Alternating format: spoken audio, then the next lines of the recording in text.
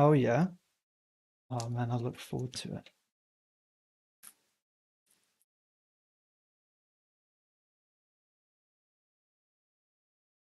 Yeah.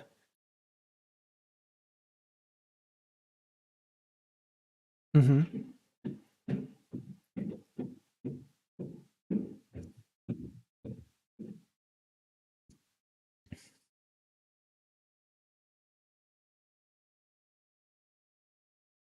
Okay.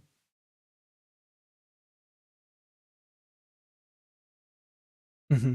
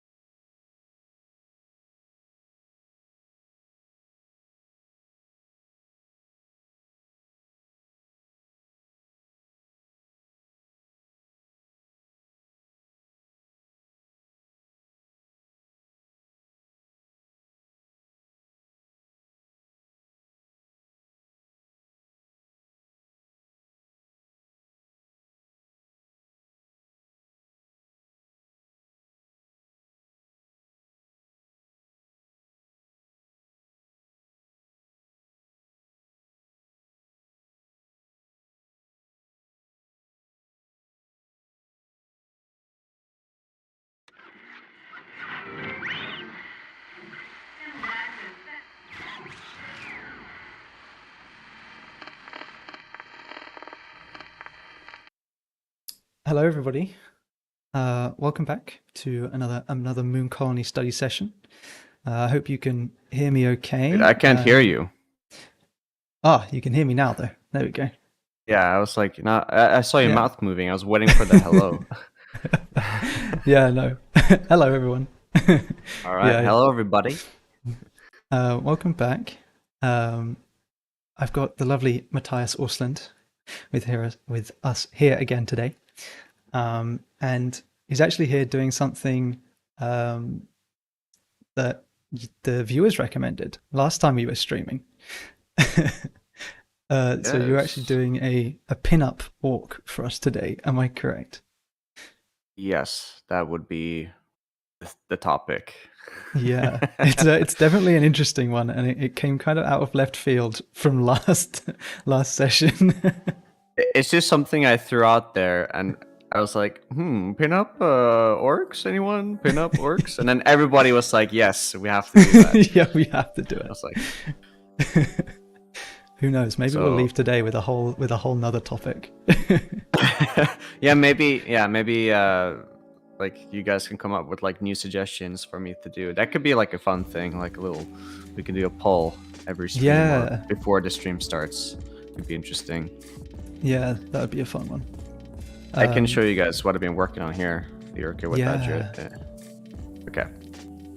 There you go, Jaden. Yeah, look at that. Here's one he did earlier. Yeah, I did this off stream before I started, just as like a warm up for myself, just to like test things out. So yeah, there you can see my whole screen, right? You can see the PRF. Yeah, we can see them. So I have the initial reference that this is the main reference that I'm going to be informed by. So I looked at this initial reference and I saw the pose. It was cool. It had that classic pinup style. It even had like the 30s look to it with the super thin waist. And I thought, how would that look like if I made like a very muscular version of this? And then I looked at like other references of essentially how women look like when they're muscular, to be informed by the anatomy as well. Yeah. And then I essentially applied it and added more volume to the body. And that's essentially it. It's not that complicated. It can be tricky for some, but I'm not trying to reinvent the wheel. I'm just splicing and adding together different references, and then maybe adding a little bit of my own into it to create something new. Yeah. Awesome.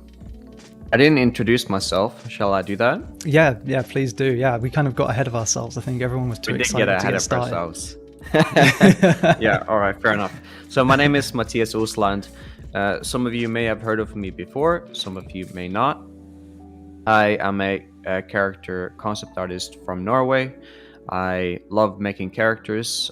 I currently work as a freelancer, and I have experience working with clients such as I Got Games, like IGG or Phoenix Labs. I've also worked for Adam Hawk for a period of time as well, but that's pretty much about it. So I'm essentially obsessed about drawing characters, and if you check my work out on ArtStation, you'll essentially just see that. I love creating sketches. I love exploring things, trying out new things. And that's why when like we're on the streams and people suggest weird things like orc pinup girls, I'm totally for it, because why not? Yeah. So today, I pretty much explained what I was going to do. I'm going to be making a new drawing.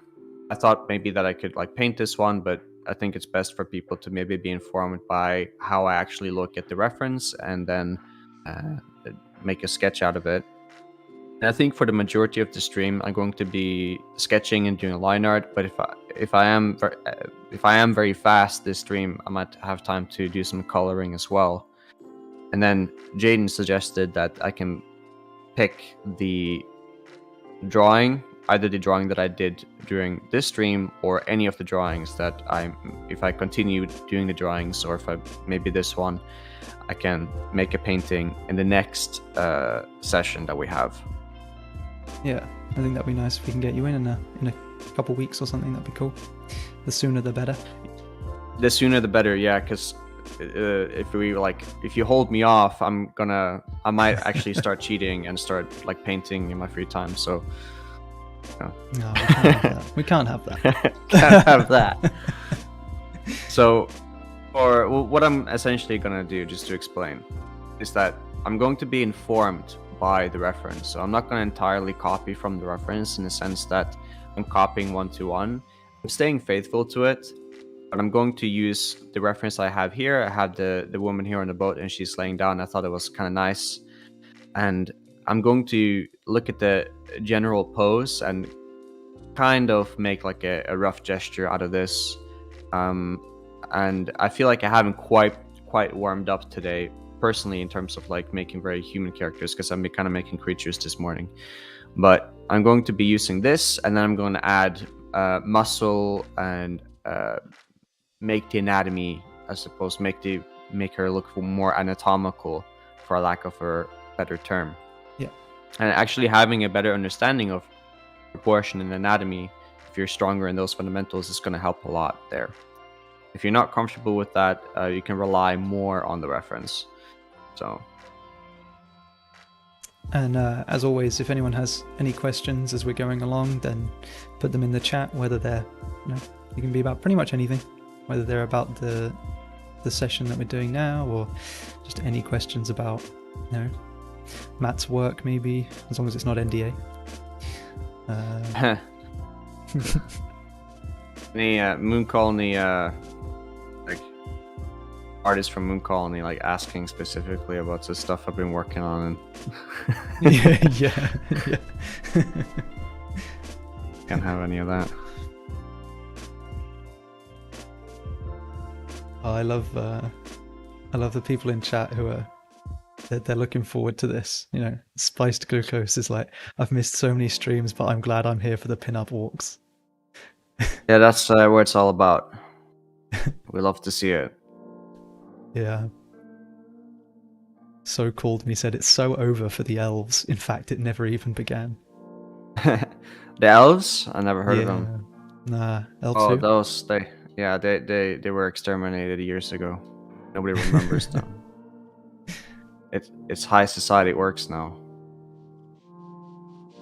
I don't know, there's something so fascinating about seeing something that is, I guess, seen as like primal and I guess evil, and then suddenly put a twist on it and make it look beautiful.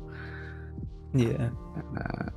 Because we usually associate orcs from fantasy being like very primitive and ugly looking, and I think the guy that really changed it was Bayard Wu. Oh, okay. I think yeah. I don't know if you can necessarily share. Well, maybe I can actually pull up his ArtStation account. Yeah, I was going to say. Bayard Wu. I'll throw a link in the chat, but it'll be nice to have it show up too. It will give some context for people to look at, because he adds in a lot of that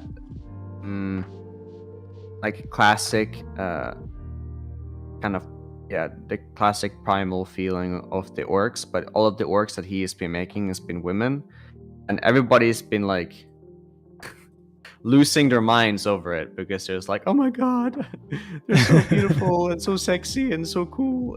So I don't know which one to pick here, but like here's one example. You can see how like epic this looks, but at the same time, I don't know, some people are like kind of weird about it, and I think that's like kind of weirdly sexy at the same time. I mean, it's kind of true. Like, for example, like this one looks a little bit more alluring because obviously there's a lot more skin showing, but there's something kind of very unique about it where you're taking something, as I said earlier, something so primal, something that has been so, I guess, looked down upon as something kind of like ugly and evil, and then you make a twist on it, and then you try to push the features to make it look more appealing looking. So even though that the face has a lot of those like sharper features, the body is very muscular, it has the ears, it has the hair, it has like the tusks coming out, but you as an artist, you're pushing it just in the right areas to make it look more tasteful, I suppose you could say. And so he's been doing this like Orc series that I think has inspired a lot of other artists, specifically when it comes to the how people look at orcs in general. Yeah, I think it's nice to see. It's nice to see those kind of bigger frames, but in quite a not dainty pose. But you know, they're not bringing down a hammer onto someone's head. You know. Yeah, it's I guess you could say it's a form of body positivity. Because it's nice to see that when artists are exploring other body types and just either very like skinny or very voluptuous, but they're also exploring like very muscular or a bit more chubby or very thin, short and tall. It's just fun to see because I think, and this is probably more from a person who's a concept artist. I love exploring different things and exploring new and different ways to, I don't know, how I like to see how different things look like and see if like, okay, what if I mix these two elements here? Can I come up with something new and interesting? And I think like this one is like a very good and simple example of doing that. Yeah. It's probably a good way to, doing this kind of thing is probably a good way to practice your anatomy as well, because it's not every day that you'd have to draw a character with such defined muscles in these sort of poses. So yeah, exactly. You have to define a lot of the structure, define a lot of the muscles, and I think the main issue that people tend to do is that they over define the muscles, kind of like DC comic style. They make the muscles like with a lot of the striations, and I think that's, you don't have to show everything. You can show the largest muscle groups, but as you can see with these women here, I think on average women tend to have a little bit more body fat than men, so they won't have as much visibility. But the same thing goes for men as well. You don't have to show absolutely everything. So you can see like there is the bicep, there's the tricep, the deltoid, you have the abs, but they're not, when you're doing the line art, you don't have to do all the find absolutely everything, because you simply just don't have to. You can just show the shapes, and then if you understand volume and forms well, so if you know how to draw cubes and cylinders and like pyramids in space, and then you kind of cut into them and kind of, you know, essentially have this like three-dimensional mindset about drawing, you can inform the viewer so much instead of trying to be anatomical. Because I think the biggest issue that people, especially beginners and even intermediate artists, is that they focus much more on anatomy instead of form. And what I mean by that is that they don't actually have a very good understanding of how to place forms in space. And proportion is what comes first when it comes to characters, right? So you have, I would say, probably in this order, you need to understand form and how to draw objects in space. And then you have proportions, understanding the proportions of a human body in space, and then getting familiar with that. And then you can get more or less familiar with more nuanced anatomy.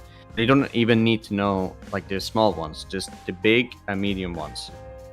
So if you know, for example, the bicep, the tricep, the latissimus, the pecs, the chest muscles, etc., etc. If you know those muscles, which are the ones that are going to be the ones that pop out the most, then you're pretty much good to go. So if you need to do like smaller muscles, then you just get references for that. And again, you're not going to see all the smaller muscles anyways, because they're going to be covered by skin and fat, and they're not necessarily always going to be tensed. So even if you're doing like, let's say a muscle, like a muscle mommy or something, you don't show all the muscles, you show just the biggest ones. Yeah.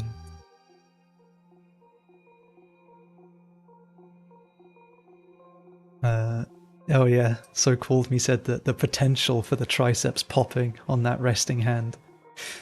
Oh yeah. Yeah, you can have a little bit of like tricep pop, but gotta be careful here. I have this reference here. This one's actually pretty good. But as you can see here, you don't see the muscle, even like here, you don't see like the separations of the muscles like you see in an anatomy book or anything like that.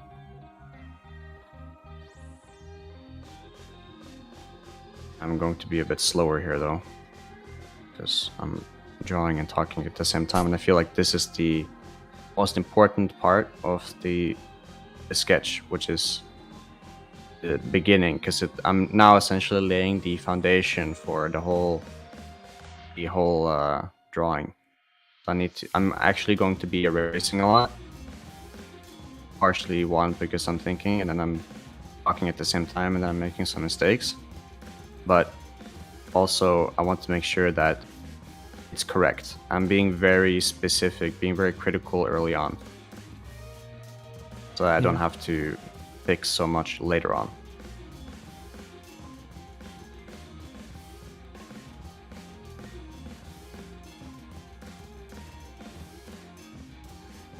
And it'd be cool if anybody watching wanted to follow along. You know, we've got our references on the side, so you know you can always borrow Matt's references.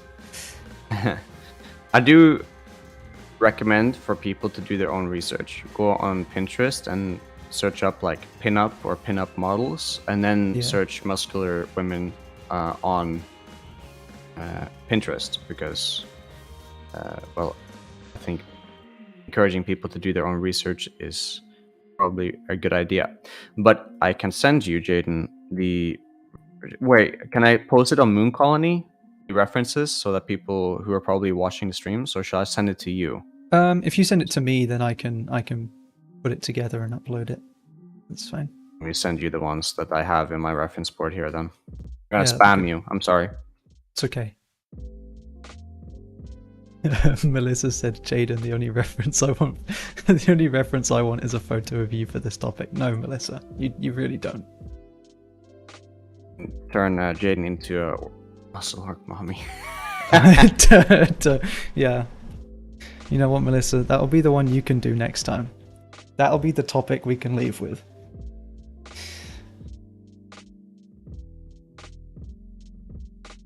Rasveer says, you say that as if I don't look up muscular women on Pinterest every night before bed already. Yeah. Oh. Hey, whatever you do. I'm not gonna judge your search history, man. No, me neither. Whatever you do before bed is your business.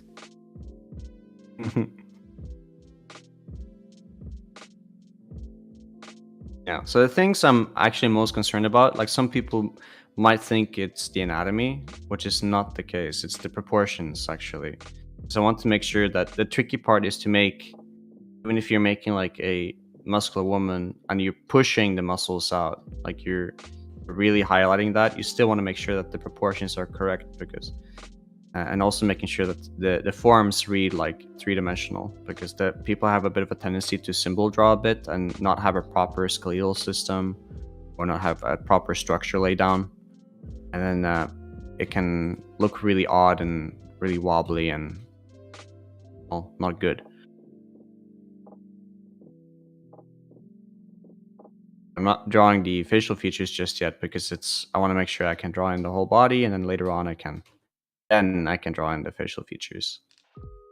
If you insist on drawing the facial features early on, then I recommend just indicating where they would be instead of actually drawing them straight ahead, because let's say if you draw the face and the face looks nice but the body is just kind of doo-doo, then you have a face with a doo-doo body, and either you can erase everything around it, keep the face, and redraw the body.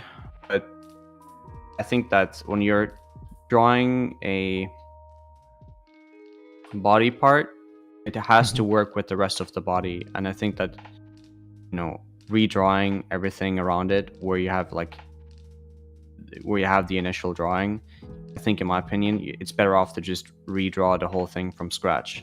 Because if I draw, let's say, the head, I'm taking the head into consideration in context to the rest of the body. Because, for example, in the rule of gesture drawing, for example, one part of the body is affected by another part of the body because everything works together. So if you're not taking that into consideration, it can look quite weird. So that's why I'm moving around a lot in the beginning as well. So I'm moving from like the arm to the body, back to the arm, to another arm. And once I have that, I will then begin to refine it.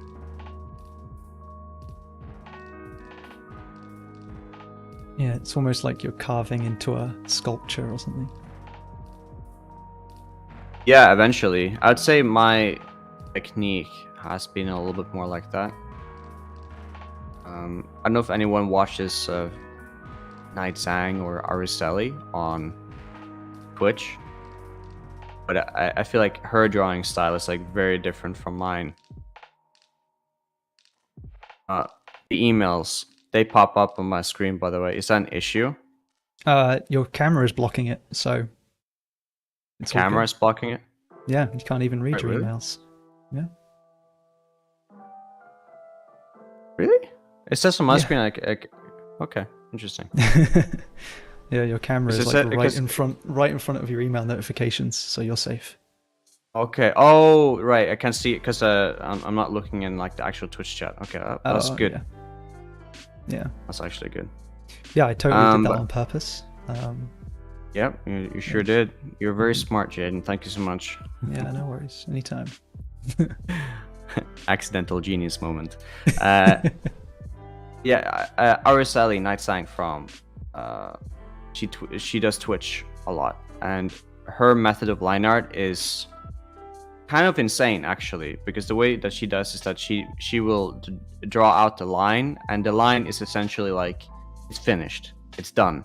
She doesn't work more on the line and then work more around it. I'm the guy that tends to like fix things more, but she will just straight up just draw something, and that is the line that she's making, and she rarely goes back to change it or clean it up. Kind of like freehand inking, but I feel like I'm more of a carver. Yeah, but she still does it digital. She just doesn't erase. She's just more. I don't know. She draws around her mistakes. I mean, she's an incredibly good draftsmanship, I can tell you that, and she's really good at drawing people. Like she's mastered drawing the human body in general. Oh, that's great. I'm gonna have to look her up. So it's Araceli with a C, or Night Zhang with CH ANG. Oh yeah, I see. She doesn't post that much on social media anymore, but the things that she does have, at least on her Twitter and Instagram, I think it's a feast for the eyes, especially for a person who really likes drawing characters. Yeah. It's great to see the different ways different artists actually draw or paint. I think that's something nice about being in a Discord server too, because when people are all streaming in a server together, you really get to see everybody's different methods.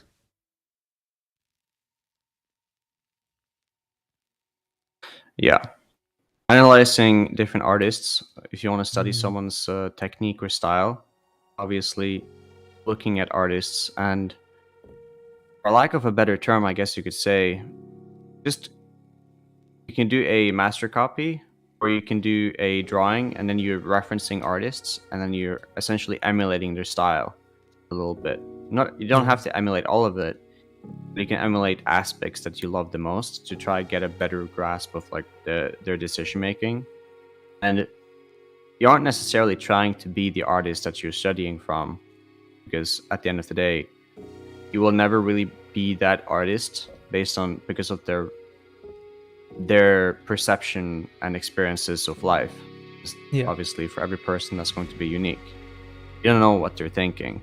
You can't peer into their brain and understand, oh, they made that decision because of this, and that. You can maybe have a better understanding of like how they made that decision and how you can go about doing it. So you will find your own voice eventually if you're struggling with that. And I don't recommend like studying just one artist. I recommend looking at different artists as well to get a better idea of like, well, hopefully you're inspired by different artists. It would be a bit boring if you were just inspired by one artist and obsessed with just one thing. Which there are, some people are obsessed with just one artist, but I don't think that's healthy. I think from speaking to some of the other artists that we've had on here as well, studying others also helps you develop your own style, because I feel like you're kind of forced to think a bit more, because you're really thinking, well, why did they draw this way instead of the way that I would normally do it, and then you might like certain aspects of their process and sort of put that into your workflow and that kind of thing, and eventually you probably end up with a jigsaw of all sorts of different techniques that you've learned from loads of different places and loads of different artists. Yep. That's exactly what I'm recommending people to do. Because you can learn things from just looking at life, but when you can also have a better understanding of how you can approach things by, like, if I have a specific problem, sometimes I will look at like references from life if it's like a specific like anatomical problem. But sometimes I might think that I don't really know how to simplify this region, or I don't know how to make it better or more interesting, because sometimes when you look at reference from life, it's nice, or it can help, but it might not help you with that artistic expression that you're trying to aim for. Because even though that, I'm using this as reference here of this woman, I'm still applying a little bit of my own artistic expression because of the way that I draw, the shapes that I use, right? And those are things that I've picked up from different artists that I've studied over time, different things I'm influenced by, and then based off of the different influences that I had over time, I can add in a little bit more of my own unique artistic expression that, I have more of my own voice. Yeah, it makes a lot of sense. But I'd say for 99% of people, like intermediate artists, is to not actually think about style as much. If it makes any sense. People are very concerned about trying to stand out or be unique, but that's not something I would actually worry about if your fundamentals are lacking. Because if your fundamentals, especially in an area that you want to work on, so let's say characters, right? The fundamentals that you need to have there is to have an understanding of form, drawing objects in space, being able to understanding volume, like the concept of volume, understanding proportions, and understanding the basic human proportions, and being able to play around with that. Having a basic understanding of anatomy. I don't think you need to have an in-depth understanding of anatomy, because I think that's a huge misconception. You don't need to have a huge understanding of human anatomy, but having a basic understanding can help a lot. And then once those fundamentals are more or less figured out, you can then think more about artistic expression, because once you have a better understanding of the fundamentals, moving into design, because style is a little bit more into the realm of design, that becomes a little bit more of an area that you can play around with. So why do you think you don't need sort of an in-depth understanding of human anatomy? And I would have thought, I think I was under that misconception that you would need to almost have that locked down, is it because you're playing with it quite a lot, so you don't need to abide by those rules quite as rigidly, or like what do you think? Well, I would say that people are a little bit too obsessed with it, and I think that Hmm. than people give it worth, because most of the time you don't even like see most of the I'm specifically thinking about muscle anatomy. Like, Yeah, I think skeletal anatomy is probably a little more important so that you can understand the general structure, especially around like the limbs and at the end of the limbs, like the wrists, the hands, the elbow, things like that. yeah, um, but when it comes to like muscle anatomy, you don't need to. I see people who are studying like, I don't know how many muscles there are in like the forearm. I think there's like around there's over 20.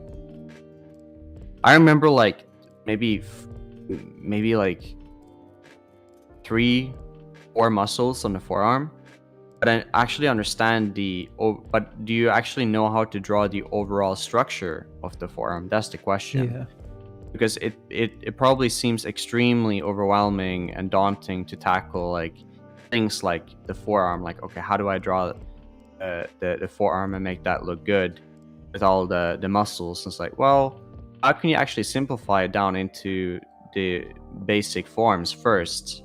And how can you like actually study a forearm from reference and then break it down into like a simple form? You can actually make it look very realistic and believable if you can break the forearm down into just like a cylinder, and then you cut and add into it, right? yeah, And you don't necessarily need to know the actual anatomy of it.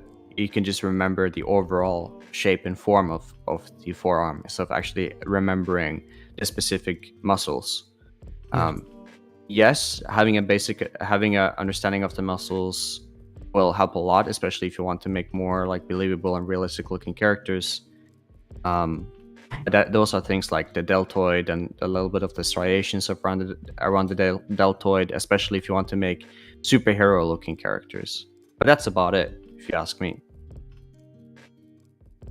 Okay. So I think actually like analyzing and breaking down the structure of like the of certain elements around the body, and you're much better off there than try to remembering all of the muscles. Another thing is that when it comes to muscles, you're not going to remember all of it because you will probably not going to be drawing all of it. Yeah. And if there's a specific pose where there's a specific muscle that you probably have seen before, but you don't know how to draw it or don't remember it, you look at the reference, well, that's what references are for. Because generally speaking, if you're making more or less realistic characters, and references are there to help you. At That's that point, another thing that people don't. most of the hard work is done for you. You don't have to have a doctorate. You just have to look at a picture. Yeah, exactly. Yeah. No, I understand that. That makes sense.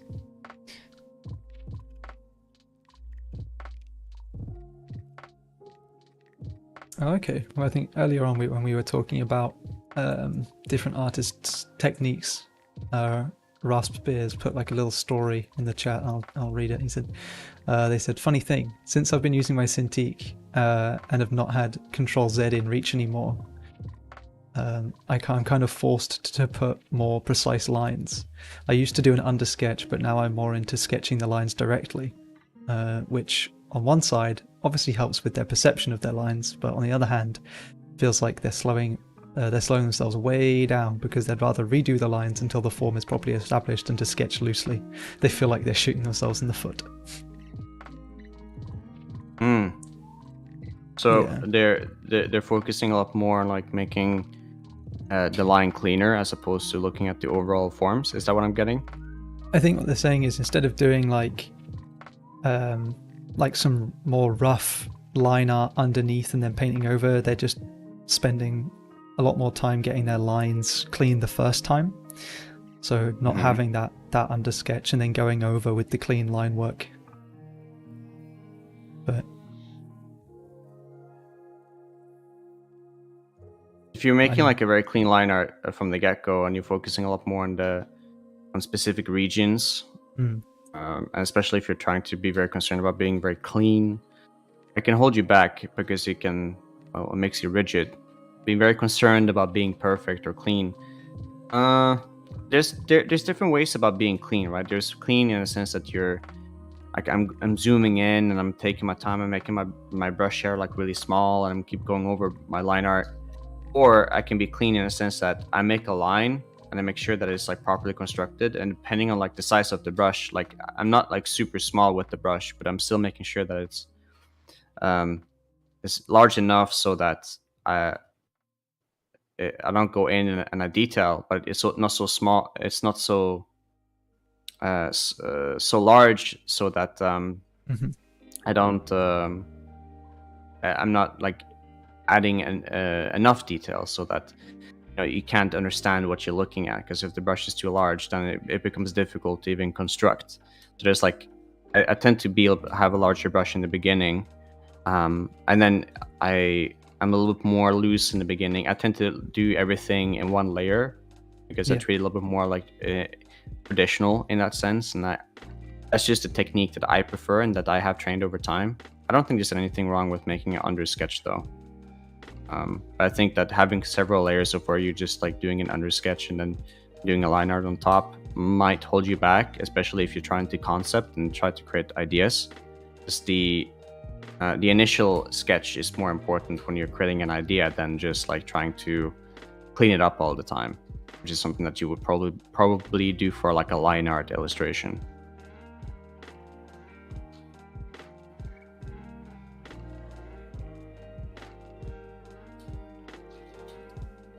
Oh, I haven't been flipping my drawing. Oh no. Well, at least you haven't started on the face. I feel like it really shows when when you do the face. Yep, it does show. You end up with those funky eyes where one is halfway down the face. Yeah, the droop or the skew. I actually put the references that Matt's sent me in a zip file and put them in the text channel in our Discord. That's called it's just called Twitch. So if you're watching and fancy taking a look at those references and maybe giving this a try yourself, then by all means go and take a look. But as Matt said earlier, also do your own research. It'll help you out a lot. Yeah. Is there...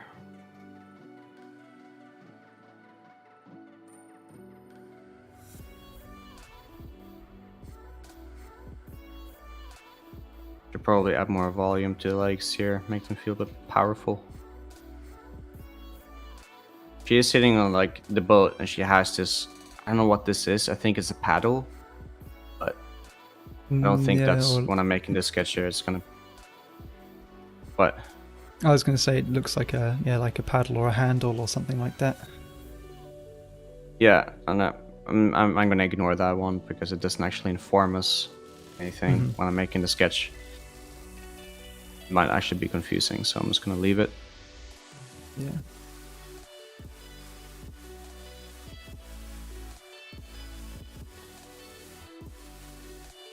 When you're looking at the more muscular references, obviously those, they're not in the exact pose that we're looking for. So what are you looking for on those references to bring over? These ones here? Yeah. So what I'm looking for is, you can see, for example, the arms and the volume. You can see the volume of like the leg and the arms here is like much larger than the volume of the arm that's here. Okay.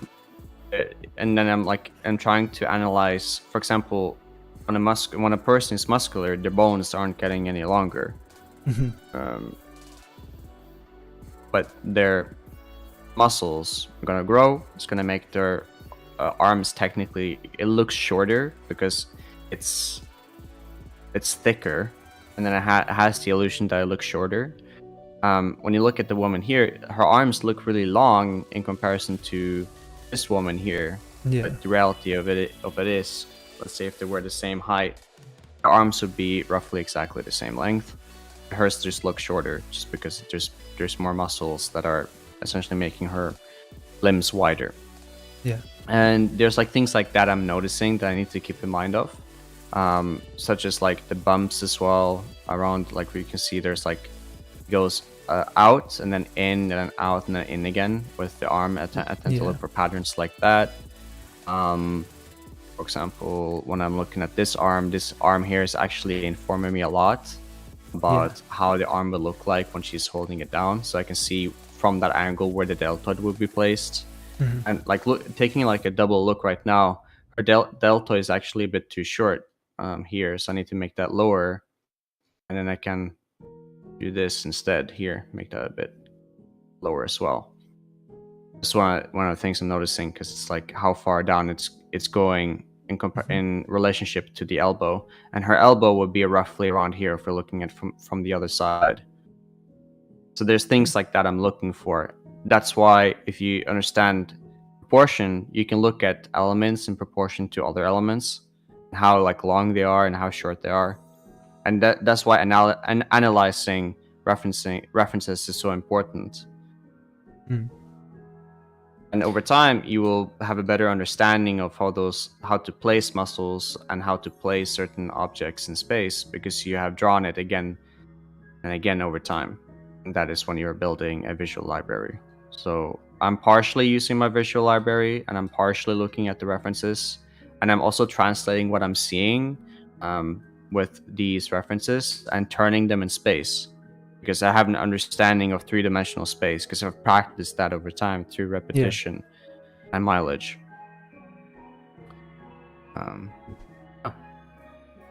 Okay, cool. Yeah, so it's not like you're looking for an exact reference to copy necessarily. It's more of a reminder of form, I suppose. Yeah, it's several reasons, because the reference can inform me about several things. Some references I rely more on one area, could be one aspect, like one reference might be for me to help with the lighting. Like I have a specific lighting scenario, I want to figure out how the lighting looks like.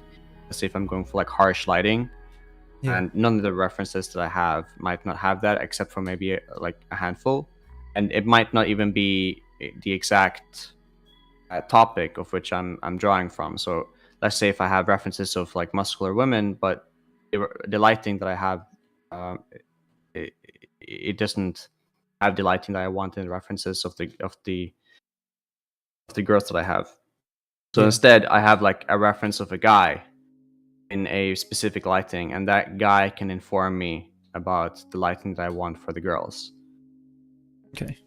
So you can use things to translate them and then apply that onto your drawing.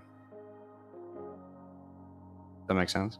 Yeah, no, that makes perfect sense. Yeah.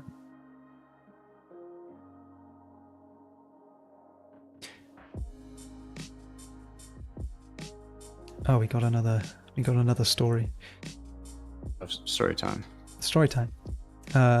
When I started out drawing digitally back when I was a tween, I used to be very scared of drawing everything on one layer. Nearly created one for every new brush stroke I did. I feel like I was moving to being more sparse when hold on. I feel like moving to being more sparse with those and overcoming that fear of messing up by just overpainting / lasso deleting with one main layer. It helps a lot with building up your confidence, not only for lines but also for form. In a sense, that's why abolishing Ctrl-Z for my own use is very beneficial. Yeah. Okay, yeah, I see what you mean. Yeah, building confidence over time is very useful for people. Knowing when to not abuse the Ctrl-Z. I think that you can also avoid you can consciously avoid using Ctrl-Z digitally, or you can actually just use a pen and paper. And you literally can't do anything about it when you make a mistake. You just have to live with it. Yeah. And I I think it also teaches you that when you are making mistakes, there are going to be moments where you're better off just making a new drawing, Mhm. straight up delete the other one that you were working on and make a new one. Yeah, I think sunk. It's called like sunk cost fallacy or something like that, where you spend so much time. You spend so much time on something that you never want to put it down. Whereas Hmm. sometimes it's actually just quicker for you to start again. Yeah. Back when I was at uni, that came up quite a lot. You know, like coming from like a game design background, you'd spend, I don't know, 3 weeks doing like a prototype and it sucks, but you'd want to try and fix it. Instead, it's just easier to just start again. Yep. Although it feels like a waste of time, it's not. No, like I think that I've had moments where, for example, my Photoshop has crashed or something. By the way, saving real quick so I don't jinx. Yeah, I was gonna But say. I've had like moments where my Photoshop crashes and then I lost what I was working on, and then I start again, and my second drawing is actually better than my initial drawing because sometimes like make you're already informed by what you were working on, Yeah, but by starting anew, you can eliminate what didn't work, and then you can try again, and then you might be surprised, like that freshness that you have in your mind from the previous thing you were working on. Well, also being mindful of the mistakes can help you exercise that part of your brain where you can analyze and um, work with what you have, but also eliminate what didn't work. yeah. It probably also helps a bit with confidence, I suppose, because you're kind of saying, "Well, I've already been through it once, so I can do it. Like if I can do it once, I can always do it again." So having to start Yeah, again, while if you annoying, have it's that not mindset, as. Yeah, yeah, because I'd say that is like a mindset thing. Because if you don't have that mindset, then I don't think it's going to come out that good. mm, I think a lot of the time, when it comes to drawing and art in general, I think most of the problems that artists have is not necessarily the drawing itself, but it's about the mindset and principles of the artist. Does that make sense? yeah, So if you have like a negative mindset about the way you work and you don't think you can do certain things, or you don't have a very good way of scheduling, you are pessimistic about the choices that you make, or you have this thing that I need to be better, I need to be better, I need to be better, I'm not good enough, I'm not good enough, no, I'm not good enough, I'm not good enough. And then you always have that like thought behind your head. Of course that pressure is going to build up, and it's going to be you're gonna manifest, it, yeah, and then it's like a self-fulfilling prophecy. If you think that you're going to be amazing one day and that you're going to get this and it's going to be okay, you might make just as many mistakes as a person who is having a pessimistic mindset, but you're because of the way that you think, you're more likely to pick up the pen and continue working. And if you have the mindset like, okay, I made a mistake, what can I do to analyze it and make it better? mhm, And that's more proactive than a person who's looking at the work and think this is shit, I'm just going to give up right now and take a break and play some video games and then come back to it later. And then rely on your motivation to pull you back. Some people only rely on motivation, which is like fine, but there's going to be moments when you're not going to be motivated, but you should still work. And then once you start drawing again, you're not motivated, you might be surprised by the fact that, hey, it's actually kind of starting to be kind of fun again, even when you weren't initially motivated, because you can get into the flow, yeah, you know. And there's more to it too, that making projects that's very labor intensive, and you put a lot of pressure on the story and storytelling and making sure that it's unique. And then you also have comfort zone. If you're really down bad with the motivation, then you can do some, what do we call it, comfort zone work Yeah. and work from there. Like this morning, for example, I was like, I had a bad morning, by the way. I started off just like making garbage, and I was like, you know what? I shut everything off, and I sat over on that couch right there, Yeah. and I just sat. I just sat and stared out into the living room for I think like 20 minutes. Like nothing happened. I just sat Yeah. and looked, and just like thoughts started occurring. I Mhm. thought, what can I do to make what I'm working on better? What can I do? Yeah. And I thought about the projects. I thought about like imagery, and then I started thinking, it's like, all right, okay, that sounds pretty interesting. What if I do this and that? Okay, and actively thinking, and then letting my imagination go at the same time. Yeah. And you'd be very surprised of like how powerful your mind is when you're not distracted by anything like music or talking to people. For It's, example, yeah, go ahead. oh no, I was going to say it's almost like meditation, right? You kind of just sat left alone with your thoughts. You know, it's nice. It is, yeah, it is. You are meditating on the thing that you want to work on, essentially. Yeah. So it's like problem solving by just eliminating distractions and then trying to figure out what you can do. And I feel like distraction is so important to eliminate. Like, for example, I am, as I said to you, for example, Jaden, I don't know if I didn't mention that before I started drawing in the stream, but I'm 50% slower just because I'm sitting here and talking with you guys, because most of my problem solving skills is kind of eliminated, and Yeah. like I'm more focused on like talking and communicating with you guys. So when I'm like looking at the reference and drawing right now, I'm not as like proactive as I would be when I'm like drawing by myself with like maybe listening to music, or I'm just like chill talking with friends or something like that, because I don't require as much attention from me. Yeah. So and that allows me to better problem solve and come up with like better ideas for the drawing or whatever I'm working on. And then for example, as I said, as when I was sitting and thinking about those solutions to the problems that I could with my drawings, or like for the project I was working on, how to make it more unique and interesting. And so I was just like, I didn't know what to make. I literally didn't know. And then after like 20 minutes of thinking, I was like, bam, I know what I'm going to work on now. And that can help so much, because people don't actually take the time to sit, stop, and think. Yeah. They just distract themselves with video games or music, or they just get frustrated and do something else, and they don't give themselves the chance to think. Yeah, I know. I'm definitely guilty of that. Sometimes you even think that. Sometimes you think that you are thinking, you know, when you're sat when you sat like listening to music or something, you think, well, I'll just take 5 minutes to think, but you know, the lyrics in that music or something like that is seeping into your head. Yeah.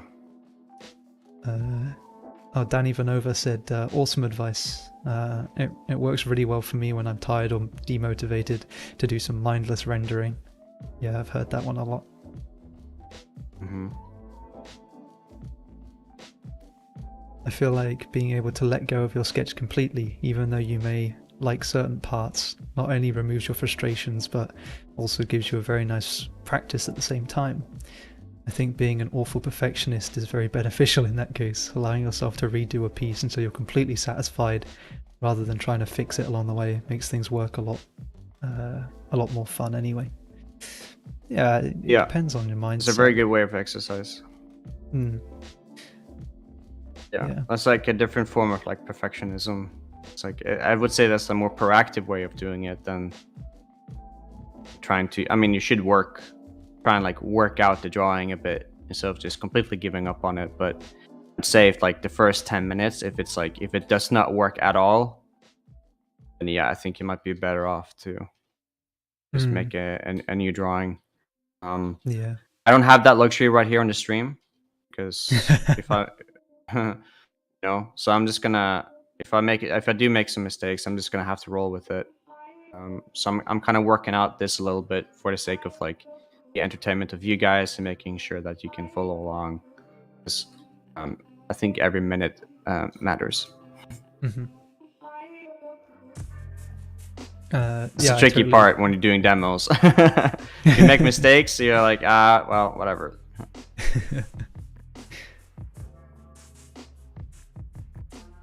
Yeah, I totally agree with what Simon Pape has said in the chat. He said, "Getting bored again, the challenge of our generation." Yeah. Actually, boredom is a superpower. And if you're a creative person, if you don't allow yourself to get bored, I think you're making a mistake. Why? I don't Why know if is that that? makes any sense, but Why is that? great things usually happen when you're bored. Like you make Mhm. really interesting things. Yeah. How do I put this? Okay, so if you're constantly distracted by things, right? Hmm.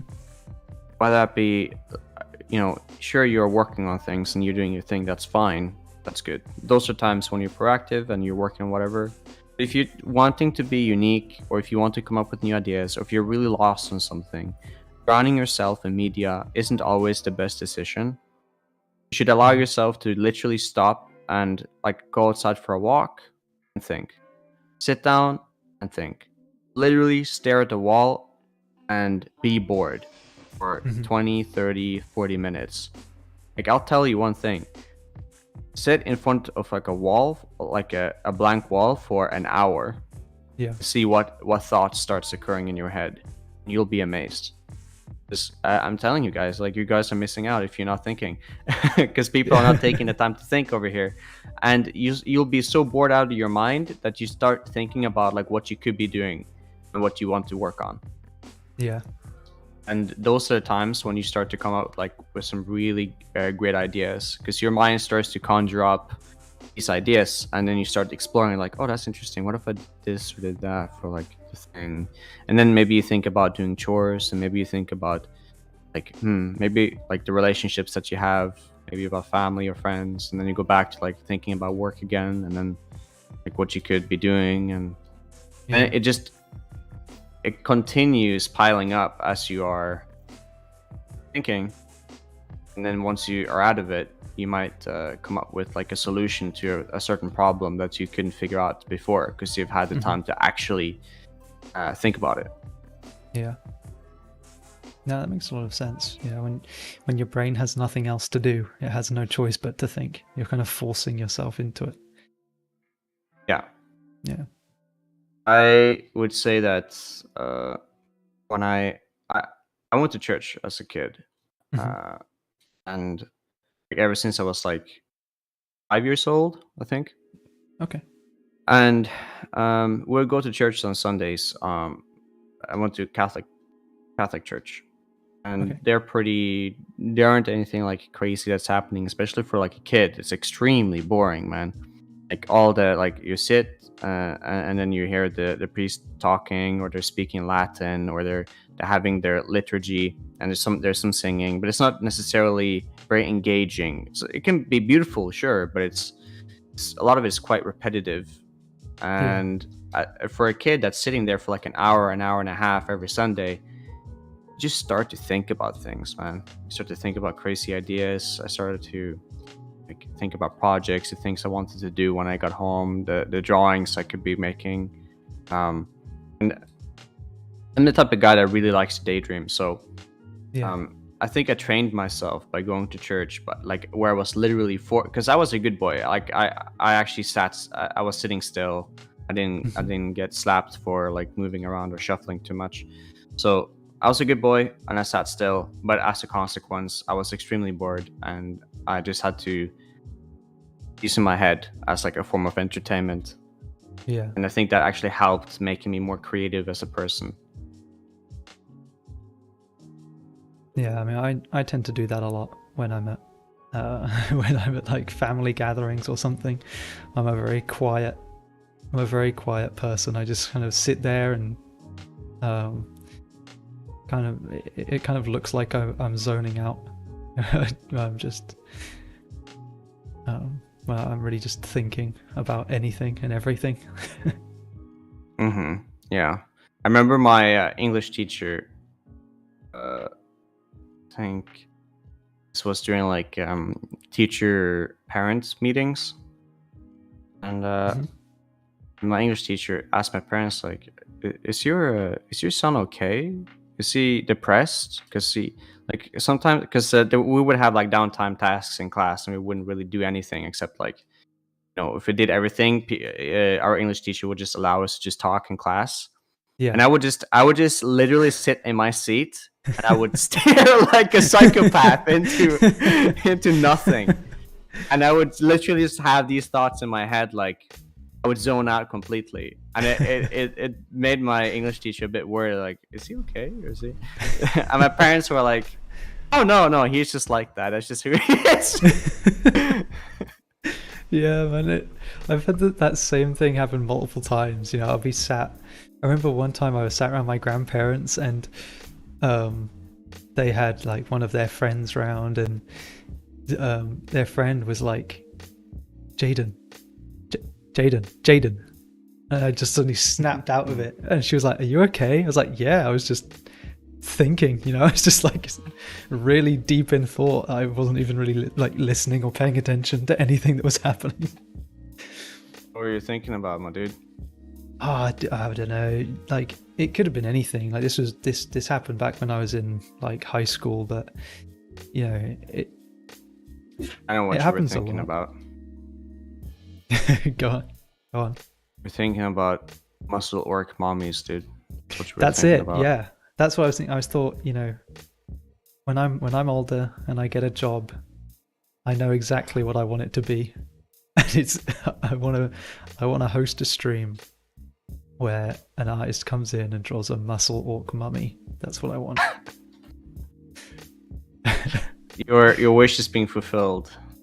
I know, it really is. It's gonna be fulfilled more than once too. Yeah. Oh my god, I'm so what lucky. A time to be alive. I know, I'm so lucky. And you're very lucky.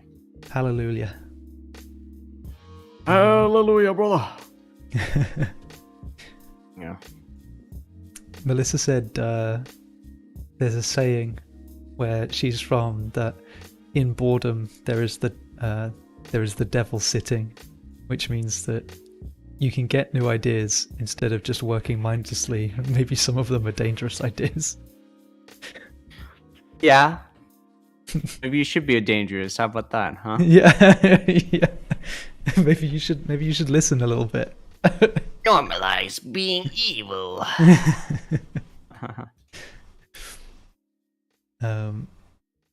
So called me said walking also gets the mind going, plus it's healthy, so it's a win-win. Absolutely. It's a win-win, yeah. But I've been thinking about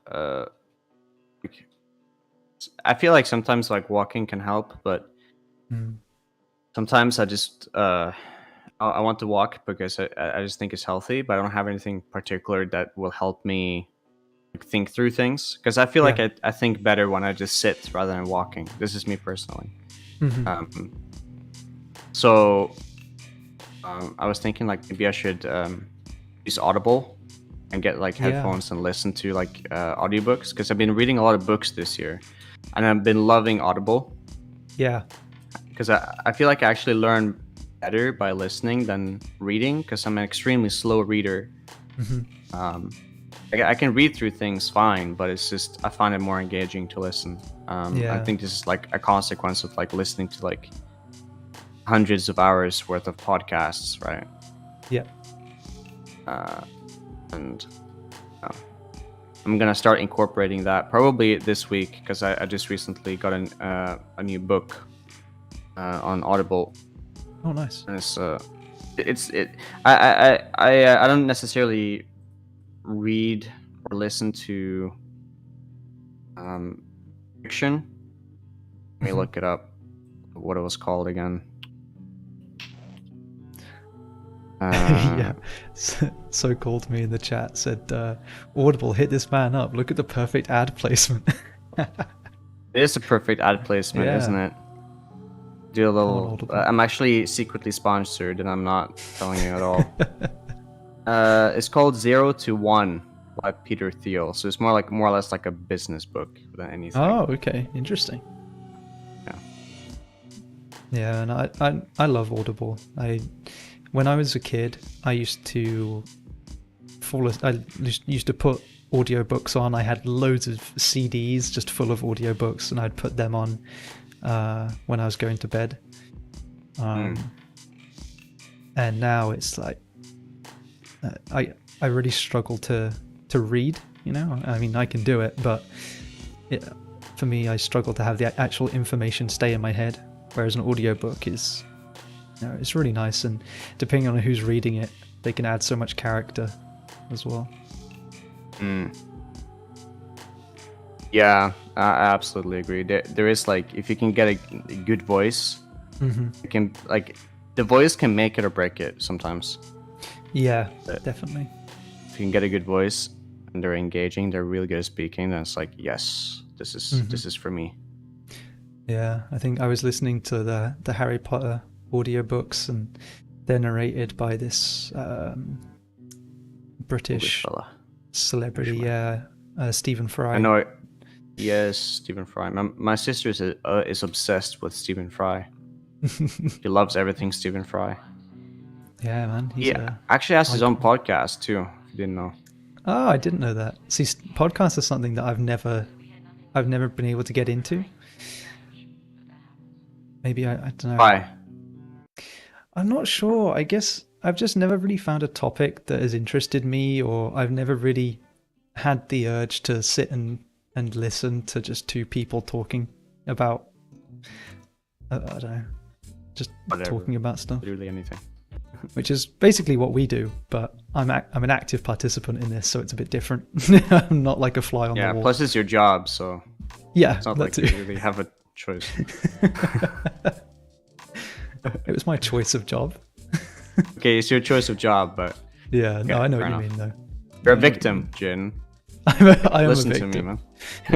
Please help. But yeah, so I've just never really found podcasts that gripping. You know, I prefer a nice story to anything else. But oh yeah, Rasp Beer Trout, true crime, very engaging. Yeah, I've heard true crime podcasts are like, everyone loves true crime podcasts. Yep. I mean, listening to Mr. Ballin on YouTube quite a bit. I was listening to. It's not necessarily true crime. His topic is mainly like anything dark and mysterious. That's like he always opens up with like, if you're interested in anything about dark and mysterious, this is the place for you. And he's like, he's a very good speaker. He speaks like it is literally like a fire camp storyteller. Like that is the type of guy he is, and he's incredibly good at building these like people and making them feel like genuine people.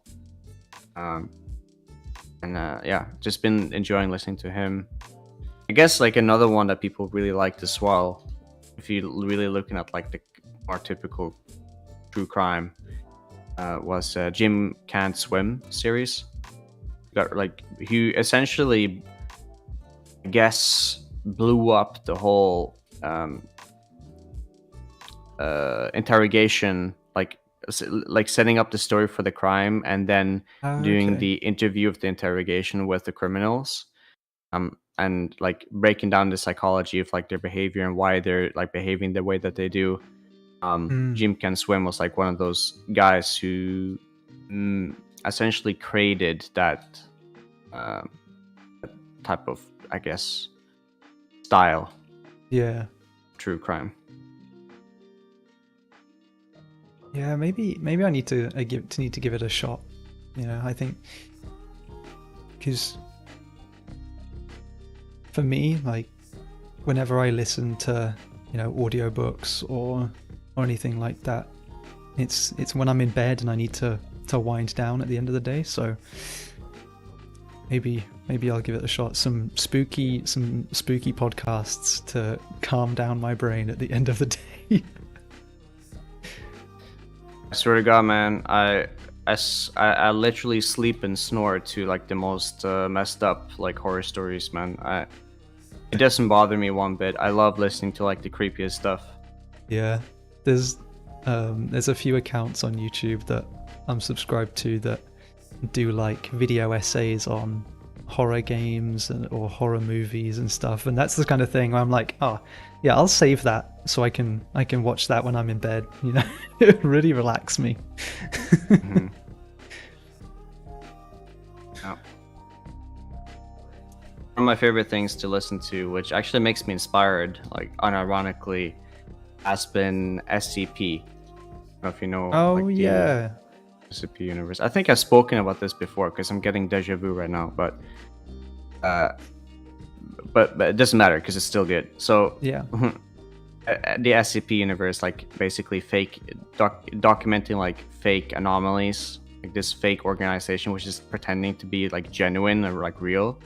Mm-hmm. And people essentially role playing, like they're reading out documents of these like anomalous creatures, things, objects, and like reading out documents about them. I just think that stuff is so cool, and I would love to see like a TV show around it. Yeah. Because if you ever play like the video game Control, it kind of has that. Yes, like, it's very that same inspired vibe. by. Yeah. It's really cool. Yeah, man. There's, I think, what are they called? I think they're called like ARGs or something. Which it stands for like augmented reality game or something. But it, SCP is very much like that. But there's loads of ARGs out there where people pretend that, they'll make a bunch of YouTube videos about this really shady company, and the more that these videos come out, the darker it gets, and sort of the more backstory there is to it and everything. And they'll set up like fake websites about these companies and stuff. It's really interesting. Yeah. Wait, cool. I think I maybe come across a few of them, like Happy Meat Farm was one that I. Yeah, I think that was one. Yeah. With the whole like experimentation, and I think they used AI to create some images as well, which was like pretty, I guess, a pretty like smart use of like the use of AI there, which could help with that stories. And they actually created a fake website called Happy Meat Farms, and it was like, there's nothing happy about a meat farm, man. Yeah, there was one that was great, and it was about this. It was about this like supermarket. Yeah, it was a very similar thing. It might have even been the same one. I'm not sure, but they actually rented out this big warehouse and converted it into like a fake supermarket. So, or a fake like grocery store, I guess you'd call it. And For they real? filled Like it up. real? Yeah, you could buy stuff there. Yeah. But one of the freezers on one of the aisles, if you opened the freezer, it was a fake door, and it had like behind this warehouse, it had like a whole nother building that was like this super secret like science laboratory and stuff. So you could go and I might visit have seen something this like place. that. Yeah, Yeah. it's nuts. But people love that stuff. There's a few YouTube channels that I watch that kind of document those ARGs because they're just really interesting. Like even though I've never sort of seen one to take part in, I just find the concept so fascinating. Yeah, it does sound very fascinating. I've got a few people in chat. What have we got? So Called Me said, Hardcore History Supernova in the East. That's a big title. Was an amazing listen. It's a historian narrating what happened in World War II in Asia, mainly following Japan. I guess it's a podcast, but not really. It felt much more interesting. Yeah, it's like it's like a half podcast, half storytelling sort of thing. That sounds fun though. That does sound fun. Danny Vanova said one of the most fun podcasts I've listened to is the Bellied Up podcast, which is two Midwest guys who give advice to callers about the ways of the American Midwest. For reference, I have zero personal reference to the American Midwest. I think all I know. Interesting. Yeah, all I know is like American Midwest, like emo music. So,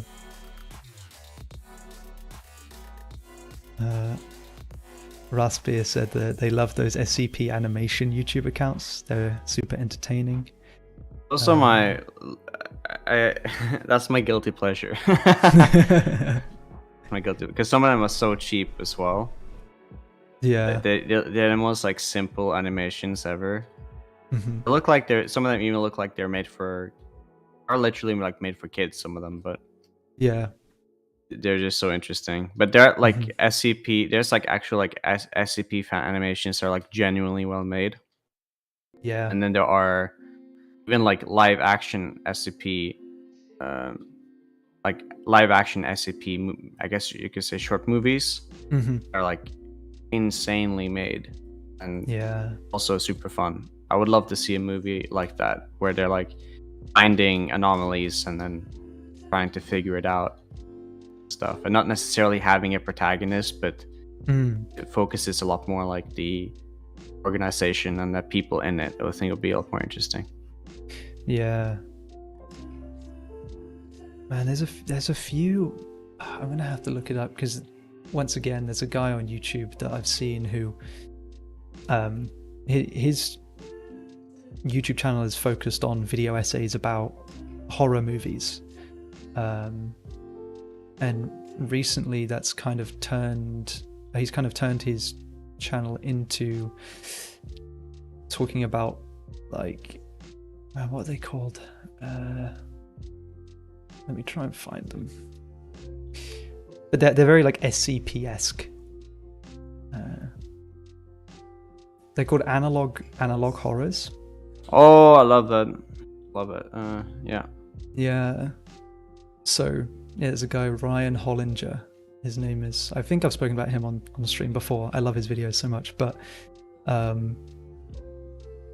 yeah, if you go onto his channel, like his last few videos have been these like analog horrors, and it is very much about these like it doesn't have a protagonist, as you've said. It just focuses a lot more on the situation as a whole, or the anomalies as a whole. It's really cool. There's a great one that it's called the Mandela Catalog, which is still ongoing. You know, it's like I think it's a YouTube series. But, yeah, that's the most popular one. Or I think that's the one that I think popularized the analog horror genre. Yeah, it's not my favorite one. It's a bit, I guess, interesting, and I like the idea of like, I guess these like creatures / demons are pretending to be someone like they're not, like essentially pretending to be people. Yeah. Sometimes they're not really good at it, and they look really bizarre and ugly and creepy. I think my favorite one that's actually that has the best voice acting and that has the most interesting visuals. It's called Greylock. Oh, okay, I don't think I've heard of that one. That one's actually there are quite a few videos out right now, and they're super interesting. And it's, in my opinion, I think it's much better than the Mandela Catalog, if you ask me. Yeah. In terms of like actual execution, at least it's better. Yeah. I mean, Mandela Catalog is interesting. You know, like the kid who's been making it basically knew nothing about video editing or anything like that when he started it. I think he actually went back and remade like the first 2 parts or something because he learned so much. Yeah, it's crazy. Yeah. To be fair though, yeah, it was just like a teenager who just ended up making something really cool. Yeah, which I think is how a lot of these start out. You know, they just start out as someone thinking, oh, this could be interesting. And yeah, it's like a little passion project. Yeah, yeah. Have you heard of Paint Pixels? No. Okay, but you have heard of Backdoor. Oh yeah, I've heard of Backrooms. Yeah, the backrooms. Yeah, that's the one. Yeah. Um, the backrooms existed before Kane Pixels actually made animations around it, but the backrooms, the genre, I guess you could say it's a genre. That became popularized because of Kane Pixels. And a Yeah. lot of people started making a lot of like content around like the whole like backrooms thing. You've probably seen like a bunch of like hazmat suit dudes and like Yeah. these like weird creatures from the backrooms, and those like hazmat suit guys like are literally just like models that Kane Pixels used in his animation. And he was, I think, 17 when he made that video, and I think it Oh has, wow. I don't know, like it's tens of millions of views on YouTube. Yeah. And the actual production quality of like is insane for a kid his age. He did like some Attack on Titan fan animations as well. Highly Oh, that's recommend cool. looking him up on YouTube. It's called Kane Pixels. Yeah, that'd be cool. Kane Pixel. Yeah. Let's see. Check out Nick Crowley. His videos and mysterious content is always so well made. Okay, Nick Crowley. Interesting. Danny Vanova said, "I didn't expect the orc girl to turn out so cute." Oh, I have a magic ability of making like muscular women look cute or something. I don't know. Yeah, there's no law saying they can't. No, yeah, exactly. That was kind of my. I mean, the pose is kind of cute. She's wearing like, you know, some flowers in her head, and Yeah. she's feeling pretty, right? So Yeah. of course, every orc woman should be allowed to feel cute. Exactly. Nothing like coming home from an absolute bloodbath. You know, just feeling cute, you know? Maybe I should have like a sword in the background with a bunch of blood and Yeah. like, or maybe like a big axe and her arm is like bloodied up and shit. Yeah. Still cute though. Maybe I'll do that. Yes. No makeup. Yeah. Raspis said, I often indulge in very weirdly animated horror story compilations with very cheap narration. Nothing tops the top 10 scariest videos compilations though. The faker the better. Yeah. Yeah. Again, with the guilty pleasure. There's a great video by, I think it's a Video Game Donkey video actually, where it was like, for like proof that goblins are real or something, and it's very much like, I don't know, it will be like a blurry photograph of like a squirrel running across a fence, and he's like, "Oh my god, it's a goblin!" It's literally a goblin. Yeah, it's just such a good video. What I find fascinating, though, this is something that I find fascinating, is that like European fantasy creatures, literally won't die. Like they keep coming back. Yeah. People are obsessed with, like, for example, goblins, Yeah. man. Goblins, gnomes, elves. They keep reoccurring. We're just too obsessed with it. Yeah. I mean, And people make memes out of it. Yeah, I can't talk. I'm obsessed with goblins. I love them. Felt cute. Might raid a village later. Yeah. Should be a caption for this one. I should Yeah. steal that one. I'm gonna write that down. Dan even ever said a spear with a bloody skull on top of it. Yeah. Melissa, just her sitting on a big pile of corpses, feeling cute. Might delete later.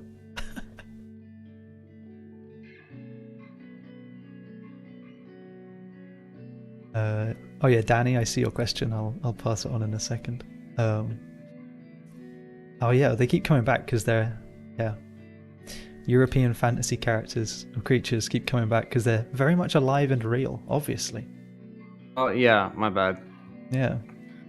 Of course. Of course. Yeah. And Shoshi agrees that goblins are great. They are. They're just nasty. They're just nasty little dudes.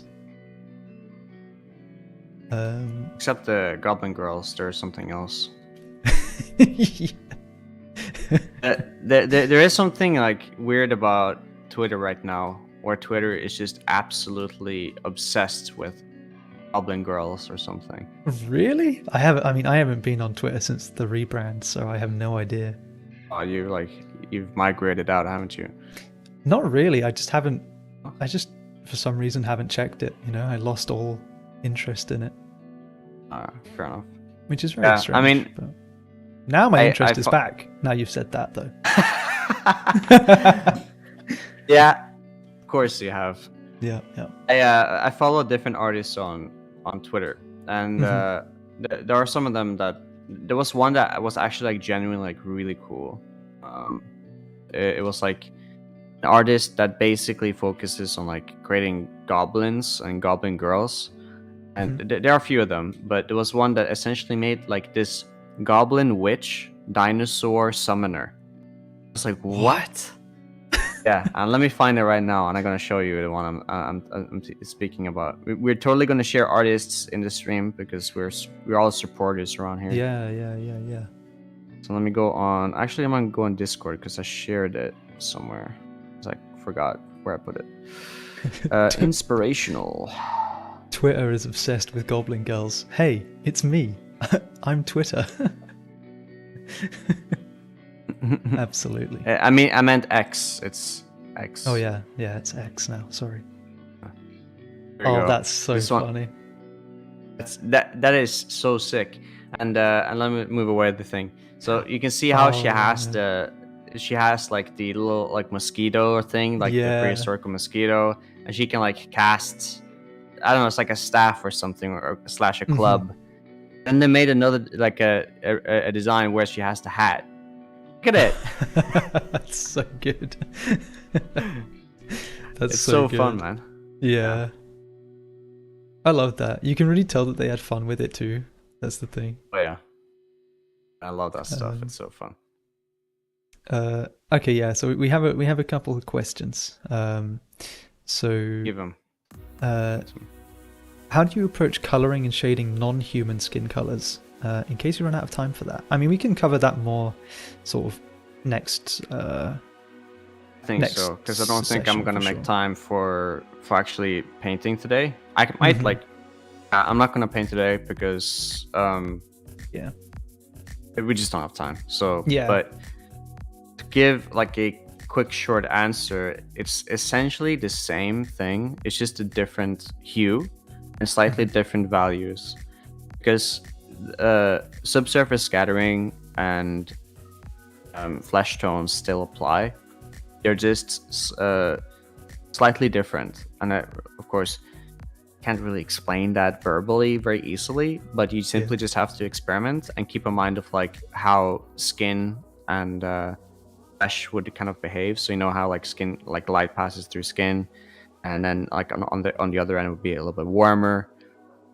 Playing around with hue variation so it doesn't look plastic, right? It's like that. And when it comes to like green skin, I still play around with a bit of like warm. I still think that they have red blood and red meat, I guess you could say. So the skin is just green, but everything else would be red on the inside. So I think like the subsurface scattering would be warm. And it would be like super saturated. For example, if the like the nose, like let's say if there was like a rim light here, the nose here would be like warm green or something instead of like blue or purple or whatever. Right? Yeah. So as like a lead on for that, and I think you've already sort of kind of answered it. It was, so do you do the subsurface scattering with a saturated version of the base hue or with red? I would like, let's say if this was the skin color, right? If I had like subsurface scattering, a little bit like warmth in certain areas, would tilt it a little bit more towards like warm green, make it super saturated, like this. I'm still playing with greens, but I'm making it more warmer, saturated, for example. So these would be essentially, and then sometimes it would look more yellow in other areas and like very specific areas. But these would be essentially kind of be the colors I'm playing with. That's kind of like the green I'm aiming for. Yeah. So if you're thinking about lighting, a lot of like local value would be affected by the type of lighting that you would have. So if the lighting is very warm and yellow, of course, parts of the colors that's being applied on the skin is gonna kind of take in that yellow. Leading on from the lighting, Danny Vanova has asked, do you think about the lighting already when you do the sketch, or do you suggest just the contact shadows? I just suggest the contact shadows and the form. Like, it's easier for me to kind of do the lighting here based off the reference, but there's things that wouldn't read that well when I'm not painting. I'm still doing line art, so everything is still like, I guess you could say like an alpha layer, meaning that I'm just working with pure black, and this is the shadow that's in here is still like pure black, but I'm just like lightly have opacity on it. And so I'm more or less, when I'm shading, especially when it comes to like line art, I am using a little bit of shadow to add more visual interest and to describe the forms a bit better. And the main things I'm focusing on is contours and ambient occlusion. That's like the main things. And then maybe a little bit of like very, very simple shadows that's like indicating a bit of lighting. Then later on, once I start coloring, I will actually double down on specific light source. Yeah. And in this case, it'll be very similar to what you're seeing with the reference, if that's the case, if I want to keep it simple. Cool. If anyone else has any questions, then feel free to throw them down in the chat, because I think we've got about 25 minutes-ish left. So I'm not sure when we'll get Matt on again, but it should be within the next couple of weeks, I think. I'll have to look at my schedule after this and figure it out. I want to say like max 3 weeks. Yeah. I want to paint.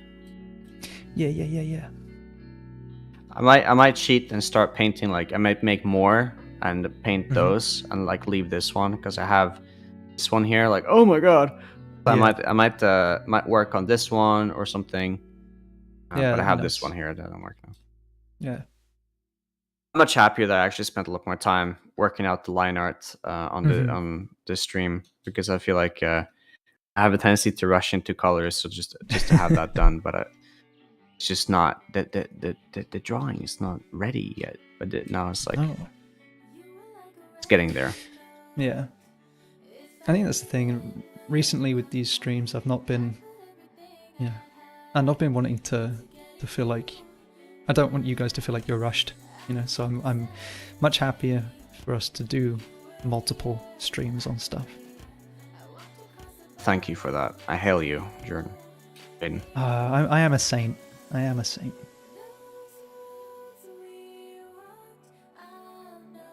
Saint Jaden. May I ask why your Discord name is Kliegler? You can ask that, and the answer is really not very interesting. It's so, when everyone was in high school, or when they were younger, they had to come up with like a gamer tag. Mine was very cringe. So when I turned like 15, 16 or something, I was like, I'm tired of this really cringe username, so I'm gonna make something, and it's gonna be really cool, and it's gonna sound awesome. And so I just threw together a bunch of letters to see what would come out, and that's what came out. And apparently like 15, 16-year-old Jaden was like, yeah, that sounds awesome, and picked it. And now I'm kind of stuck with it. When you name everything the same, and you're like, well, can't change it now. And change it. Yeah. Yeah, that's kind of what I'm stuck I with. think it sounds authentic. I like it. It sounds like last name or something. Because I was like thinking, should I ask that question, or is it like, am I doxing you right now or something? Oh no, no, and I have no secrets. I'm an No open book. qualms. Yeah. An open book. Well, that's good. Yeah. Mine for a long time on Steam was Matt Mel. Ooh, Matt Mel. what was that about? So my last name before used to be Melly. Okay. Now it's Osland, but it used to be Melly before. And Melly is Irish because I technically had Irish family growing up. Oh, cool. Nice. But it's a very small part of our family. Our family's mostly Norwegians, which is why we changed it to a Norwegian last name, because of, you know, more or less to do with Norwegian identity. Just to keep the long story short. And I studied I went to school in Ireland as well, and there's a lot of last names that would start with Mech. Yeah. MC Mech. So it could be like some people's Mellies, like the last name Melly. Some of them were actually O'Malley or McMalley. Yeah. Or McDonald or McGuinness, like as well. And I thought that, okay, I can add that into my, I have Matt. People call me Matt, and then I can shorten Melly to Mel. So Matt, Mel. Okay. Yeah, that makes sense. See, I really like hearing people's like backstories for their usernames, you know. Because I feel like so many people just they have some people have really strange backstories for their names, or other people's are really boring, where it's like, oh, you know, it's just my nickname that my friends have called me since childhood, and I'm like, oh, okay, well, that's cool, but it's not as fun. Well, I'm like thinking about, like, should I change my nickname on our station? Because I didn't know that your nickname would pop up on your URL. So you have your name, right, on our station, but then you have the URL nickname. And mine is Yalla Yalla. Yeah, I noticed that. Yeah, and that used to be my nickname for a long time. Yalla Yalla. I was living in Norway. And it's so random, and it sounds a bit unprofessional. Yeah. Because it's just like a random name, and it means it means to go, and for some reason the language is escaping me right now. In Arabic. Oh, okay. And I don't know why that nickname caught on to me, but yeah, because I used to have some friends who were also migrants as well in Norway. But also, I would use that in like Google Hangouts, and that just stuck around. I was thinking, kind of want to rename my art station nickname, but if I do that, I think a lot of like studios will lose my URL names in their database. So I'm kind of thinking that I shouldn't do that. Not mess around with it. Yeah, that's a good point, actually. Because I was gonna say, like, I think you're lucky in that, like, your name, you know, Mathias Osland, is, if you search it in Google, the first thing that comes up is your art station. But yeah, if they're putting URLs into like a database, then I can see how that could easily get lost. Yeah, I was thinking that. So it's like other websites as well. I don't remember exactly, but they also have my URL saved on our station, so I might as well just keep it. Yeah. Melissa said 12-year-old me has picked her username for the rest of your life. Yeah. I mean, I have two email addresses now. I have a professional one and I have a private one. So yeah. I'm thinking about changing to Google. Yeah, I did that I've used Hotmail for the longest time. I used like BT Mail or like Yahoo or something for a long time. Oh, I got a call. I just like ignored it. oh, okay. Hopefully it wasn't Or is important. it? Oh no. Okay. Generally, it isn't. But yeah, and then I used like a Yahoo Mail or something for years, and then it got so full of junk that I was like, you know what? I think now's the time for me to move over to Gmail. Yeah, I mean, email is like has pretty good security as far as I'm aware, Yeah. and they work really well with your account, like your Google account as well. Mm-hmm. I think I was working with a guy, like a client, and he was like laughing at me. It's like, you're still using Hotmail? That's such an old domain. Like, what would you use that? I was like, you're laughing at me, bro. Why not? Yeah, why not? But honestly, it's not that good anymore. It's in my opinion, Outlook has too many problems. It's just too a bit buggy. That's my issue with it. Mm-hmm. Yeah, Google is good for that. Google is good for that. Googler. Jaden, what's your social security number? Look, I said I was an open book, but that's not quite what I meant.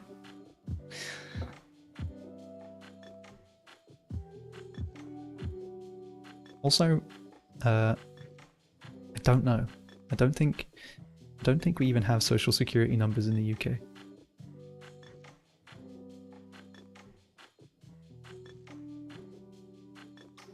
You don't? Do you have like an ID, personal ID, right? No. Well, we just have like our passports and like driver's license and stuff. That's it. Because I know a lot of countries in the EU have like actual like ID cards. But yeah, I mean, for the longest time, actually, Norway didn't use ID cards at all until 2021, I think. Oh, okay, interesting. Yeah, so I got one like very recently. Other than that, people would either use their passport or their debit card to identify themselves. Oh, interesting. Okay. Yeah, because your face would be on the debit card with your personal information. Yeah. So I remember I went into a club once in Ireland, and it didn't want to let me in because I didn't have like a normal ID on me, I guess you could say, according to them. Yeah. But because in Norway you would go into a club if you had like you use your debit card. Mm-hmm. And I just like I had to explain it to them, like, listen, I'm from Norway, this is how we do it here, my face is in there, like all of my information is there, like you can see that, right? Yeah. And then they started getting all pissy about it, and it's like, all right. Yeah, because we have like, as I say in the UK, and it must be the same in Ireland too. They we use either your passport or your driver's license because it has everything on there, kind of like your debit card, I suppose. Passport, man. Like, what if you lose it in the club? I'll be so that's why so self-conscious about that. Yeah, that's why most people go with their driving license instead. Well, I don't drive. Yeah, that is a driveless driver. Yeah, that is an issue, I suppose. I've had friends who don't drive and they use their I can't even remember what it's called now. It's like the driving license you get when you're learning your provisional. That's it, your provisional license. And that works just the same, but it's not free like a bank, like a debit card.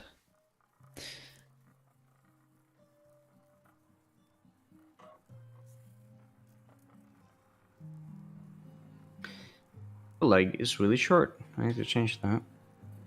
Damn, she's so long, man. Yeah. I keep having to move her. Extend the canvas and then extend the leg. Yeah. Yeah.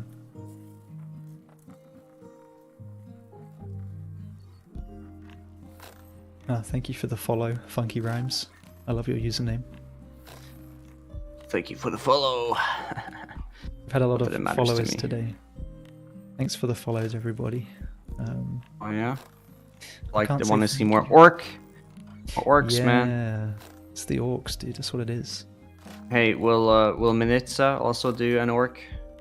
Like a orc woman? Like that should be a challenge. Yeah. Melissa, do you want to do an orc lady? Or no, Melissa would want to do an orc man, I think. Yeah, orc man. That could be a good dichotomy, like between like make a beautiful orc man. Yeah. The sweat glistening and the light. And like, you know, kind of be inspired by like the whole like fantasy genre these days. Like people are obsessed with Baldur's Gate, right? So you can do something like that. You can be a half orc. Baldur's Gate, but you can't be a full orc, unfortunately. Yeah, I play a half orc in my campaign, and I was upset that I couldn't be a full orc. Do you? I don't play those games, but do you get like harassed for being half orc? I haven't yet, but I feel like at some point I'm going to.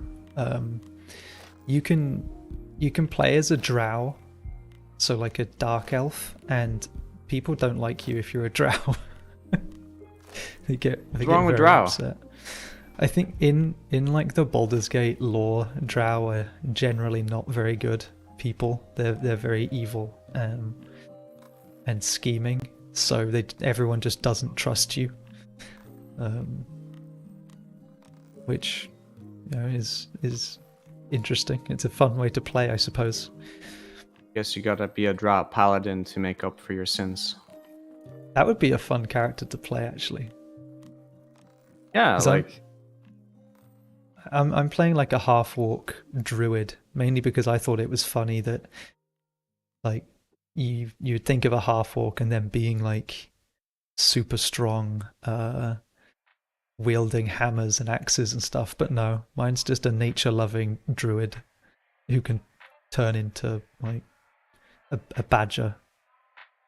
A badger of all things, okay. Can you attack? Yeah, you can, yeah. It's like a giant badger. It's pretty big. It's like the size of a bear. Oh, apparently tieflings are mistreated as well. That's interesting, I didn't know that. But that also the tieflings, they look like demons though, don't they? Yeah, so it does make sense. Of course they should be mistreated. They literally look like demons, man. Trust a literal walking demon. Like, let's say if like tieflings existed IRL, that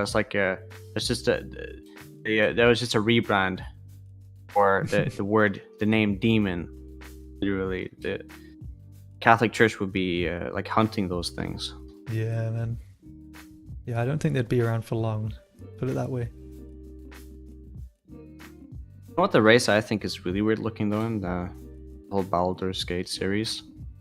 Oh, I think I can guess, but go ahead. Yeah, you guess it, because I think we all know. It's the Githyanki, right? The one with the small nose? Yeah, they have like the Voldemort nose. They're ugly. Yeah. Who likes them, man? Nobody likes those creatures. They look weird. Yeah. Are they aliens? I don't think so. I can't remember. I think their origin is from like, I think they were created by mind flayers or something, and then they like revolted against their creators, and now they do their own thing. But yeah, they're kind of gross. They're just being chilling now. Yeah. Cursed to look like that for all time. Oh, right. That type of cursed. Well, yes, of course. Yeah.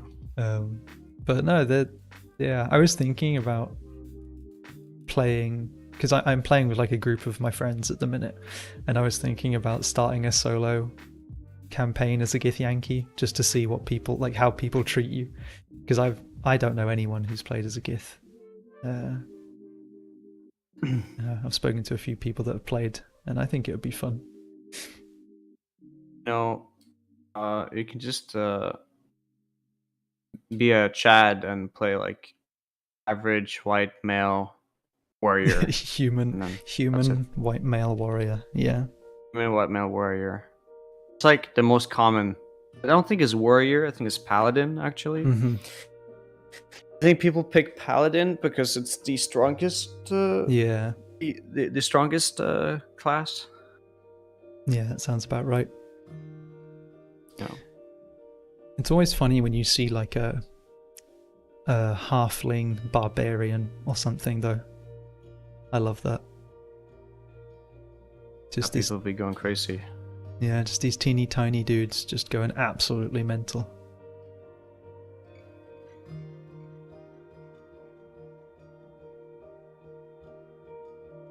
Put a little bit more chisel into that calf there. Mm-hmm.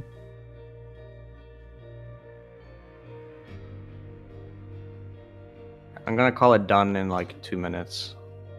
Yeah, that's fine. I was gonna say we've got around 10. That's okay.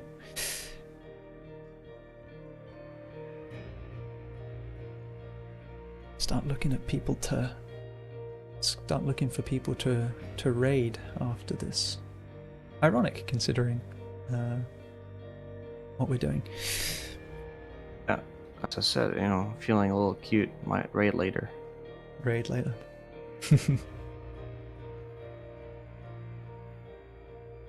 Oh, I kind of like what the foot is doing there. I like the twist. I Ooh, might that's add nice. that. Yeah.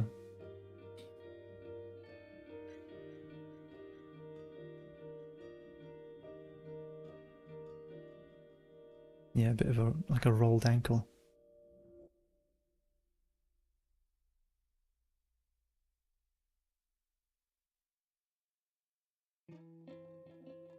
Feet are unironically like really cool. I don't think people give them enough attention. Mm. I think people are too embarrassed because of the whole like feet meme thing. Yeah. I'm joking a bit, but either like people are like really disgusted by feet or they're like obsessed with feet. Yeah, I know. I'm I know some personally people just completely indifferent, but yeah, me too. I know some people that it really freaked out. freaked out by feet. Yeah, yeah. Because they're smelly. I People don't wash them. Maybe. Actually, that's like a genuine problem that people don't do. They don't wash their feet.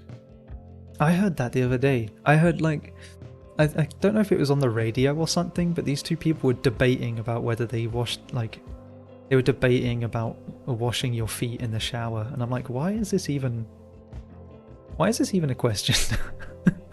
There's not even a debate there, bro. You Yeah. need to actually scrub your feet, man. Yeah, just wash them, dude. You literally have dead skin cells, dirt, and residue and sweat. It's literally bacteria on your feet. The reason for why there's such thing as a stinky feet. Mm-hmm. What's wrong with people, man?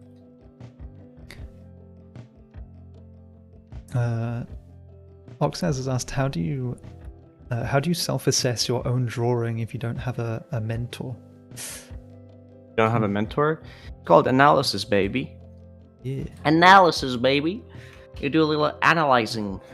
What you do is that you look at your work and you look at it from an objective point of view, with like a third-person perspective, right? So we all know that we have our own biases based on our drawings, and we also get tired after looking at our drawing. So you get this kind of illusion where you can't really notice mistakes very easily. I recommend that if you're assessing your drawing without like taking a break first, you can look at if there's anything that stands out to you as like wrong.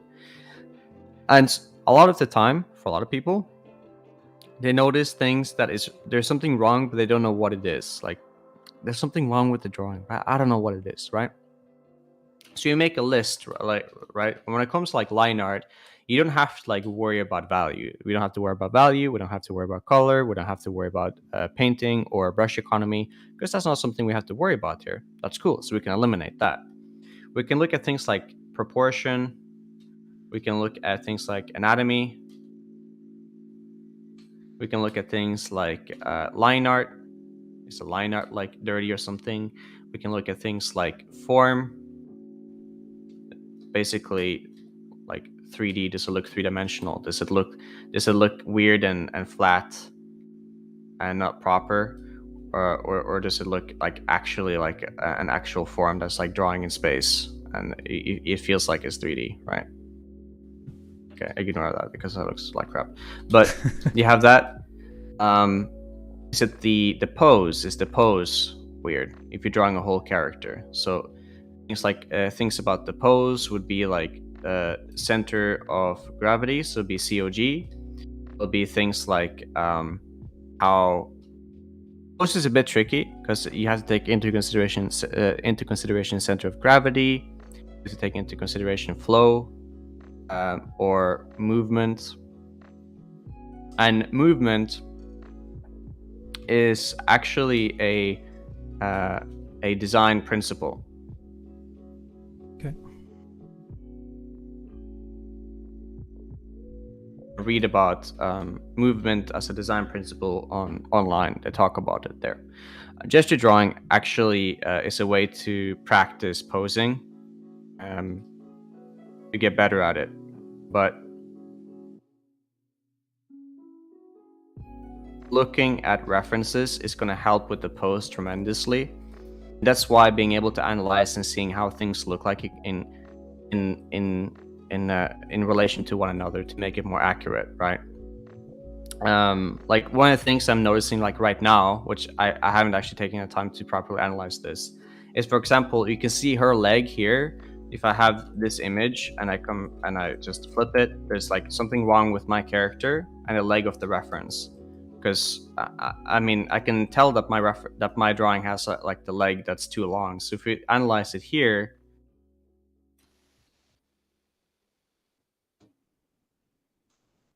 if you analyze, let me make that line proper. So if you analyze this leg and this length in comparison to the length of the body, you can notice that it should be a little bit more than. That's roughly the length. It's like 5/6 the length. Makes any sense if I can say that properly. But Yeah. I think on mine it's like way longer than that. Like, so I analyze this here. Go down here to the feet. It's like, yeah, it's like way longer. It's like it's going off the canvas, but I can see how much shorter it's becoming.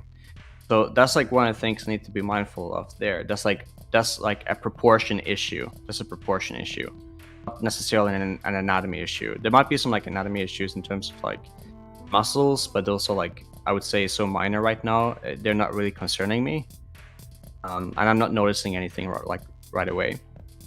So that's like another thing that you can do to like segment things and break things down.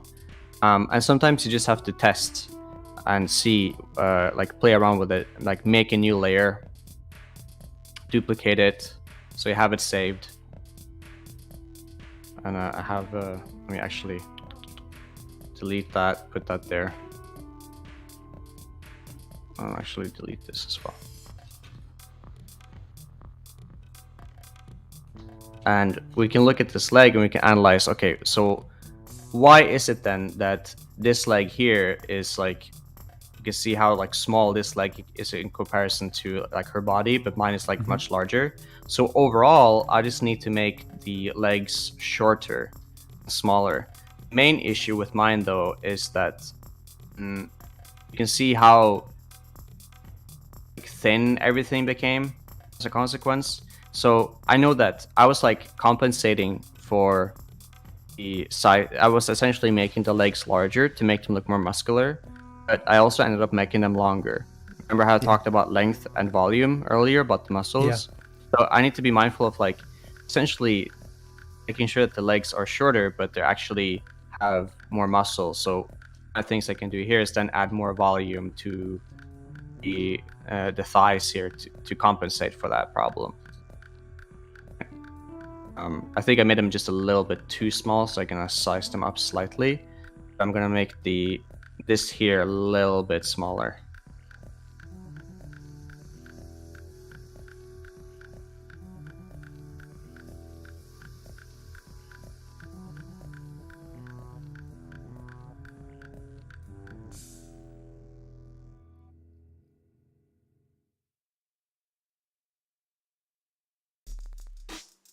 But you also don't need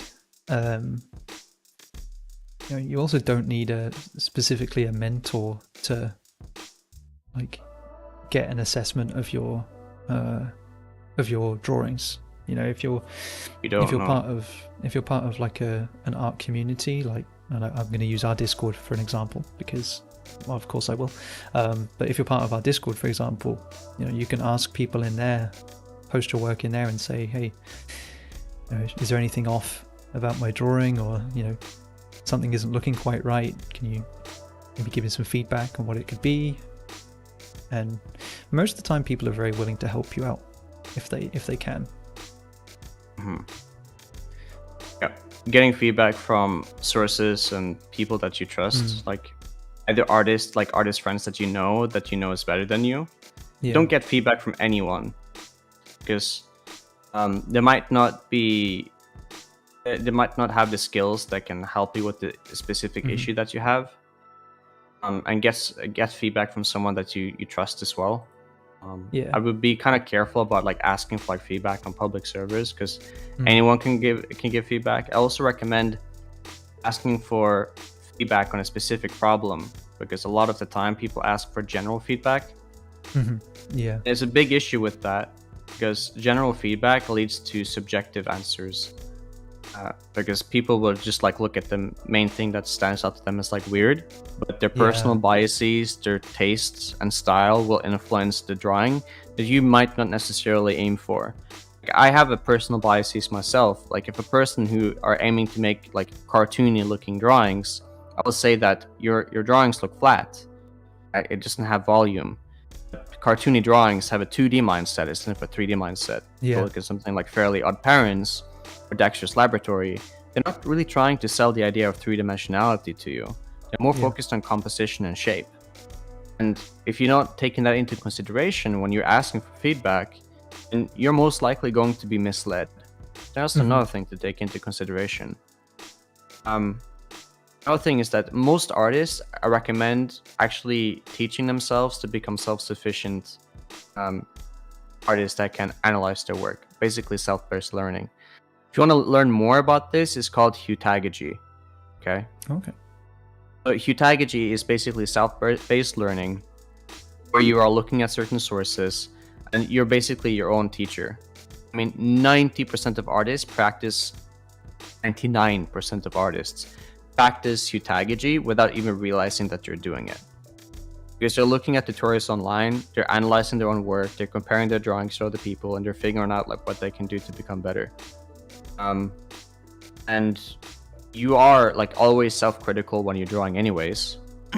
There's like ways to be like constructively self-critical, and then there's like ways to be negatively self-critical, right? So also be mindful of that.